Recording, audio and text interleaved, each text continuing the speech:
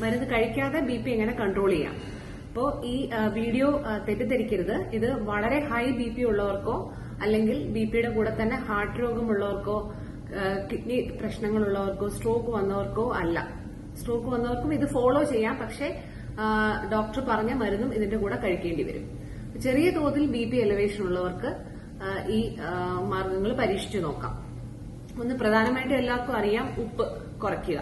അപ്പൊ ഉപ്പ് കണ്ടമാനം കഴിച്ചു കഴിഞ്ഞാൽ നമ്മുടെ ശരീരത്തിലെ സോഡിയം കൂടുകയും അതുപോലെ തന്നെ ബി പി കൂടാൻ വഴിയുണ്ട്. അപ്പോൾ ഉപ്പ് ഒരു പരിധി വരെ കുറയ്ക്കുന്ന വഴി സാധാരണ നിലയിലുള്ള ഉപ്പ് നമ്മൾ കഴിക്കണം. പക്ഷെ എക്സ്ട്രാ സോൾട്ട് കുറയ്ക്കുന്നത് വഴി നമ്മുടെ ബി പി ഒരു പരിധിവരെ കൺട്രോൾ ചെയ്യാൻ പറ്റും.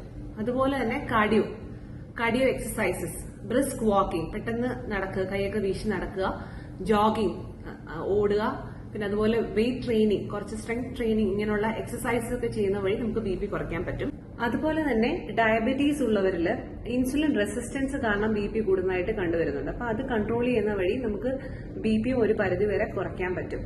പിന്നെ വെയിറ്റ് റിഡക്ഷൻ, നമുക്ക് ഒരുപാട് ക്രമാതീതമായി വെയിറ്റ് വണ്ണം ഉള്ളവരാണെങ്കിൽ അത് കുറയ്ക്കുന്ന വഴി ബി പി കുറെയൊക്കെ കൺട്രോൾ ആവാറുണ്ട്. ചില ആൾക്കാരിൽ ബി പി മരുന്ന് കഴിക്കുന്നവരായിരിക്കും, വളരെ വലിയ വെയിറ്റ് കൂടുതലായിരിക്കും. പക്ഷെ ഈ വെയിറ്റ് റിഡക്ഷൻ സർജറി പോലുള്ള കാര്യങ്ങൾ ചെയ്തു കഴിഞ്ഞ് പലരും പറയാറുണ്ട് അവർക്ക് പിന്നെ ബി പി മരുന്ന് എടുക്കേണ്ടി വന്നിട്ടില്ല എന്നുള്ളത്.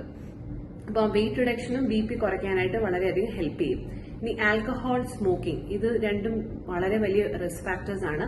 എസ്പെഷ്യലി സ്മോക്ക് ചെയ്യുന്ന വഴി നമ്മുടെ ബി പി കൂടാൻ കാരണമാവാറുണ്ട്. പിന്നെ നമ്മുടെ ഡയറ്റ്, നമുക്ക് കാർബോഹൈഡ്രേറ്റ് റിച്ച് ആയിട്ടുള്ള ഡയറ്റ്, നേരത്തെ പറഞ്ഞ പോലെ ഉപ്പ് കുറയ്ക്കുക, പിന്നെ കാർബോഹൈഡ്രേറ്റ് റിച്ചുള്ള ഡയറ്റ് കുറയ്ക്കുക, അന്നജം കുറയ്ക്കുക, അതുപോലെ തന്നെ പച്ചക്കറികള്, കളറുള്ള പച്ചക്കറികള് ഉൾപ്പെടുത്താൻ ശ്രമിക്കുക.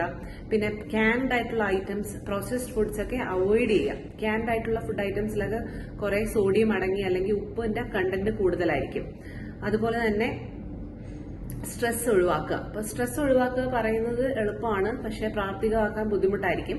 അപ്പോ മെഡിറ്റേഷൻ പോലുള്ള കാര്യങ്ങൾ ചെയ്യുക, യോഗ, അല്ലെങ്കിൽ എന്തെങ്കിലും ഹോബീസ്, ഇപ്പൊ എക്സസൈസിന്റെ കൂടെ തന്നെ ഹോബീസ്, എന്തെങ്കിലും മ്യൂസിക്കൽ ഇൻസ്ട്രുമെന്റ്സ് അല്ലെങ്കിൽ അങ്ങനെയുള്ള കാര്യങ്ങൾ എന്തെങ്കിലും ചെയ്യാവുന്നതാണ്. പിന്നെ ഏറ്റവും പ്രധാനമായിട്ടും ഉറക്കം, വളരെ ഒരു നല്ല സ്ലീപ്പ് ഹൈജീൻ എന്ന് പറയും. അതായത് കൃത്യമായ സമയത്ത് ഉറങ്ങുക, കൃത്യമായ സമയത്ത് എഴുന്നേൽക്കുക. ഒരു 8 മണിക്കൂറെങ്കിലും ഉറക്കം നമുക്ക് ആവശ്യമാണ്. അപ്പൊ കറക്റ്റായിട്ട് ഉറക്കം കിട്ടുന്നവർക്കും ബി പി കുറയുന്നതായിട്ട് കാണുന്നുണ്ട്.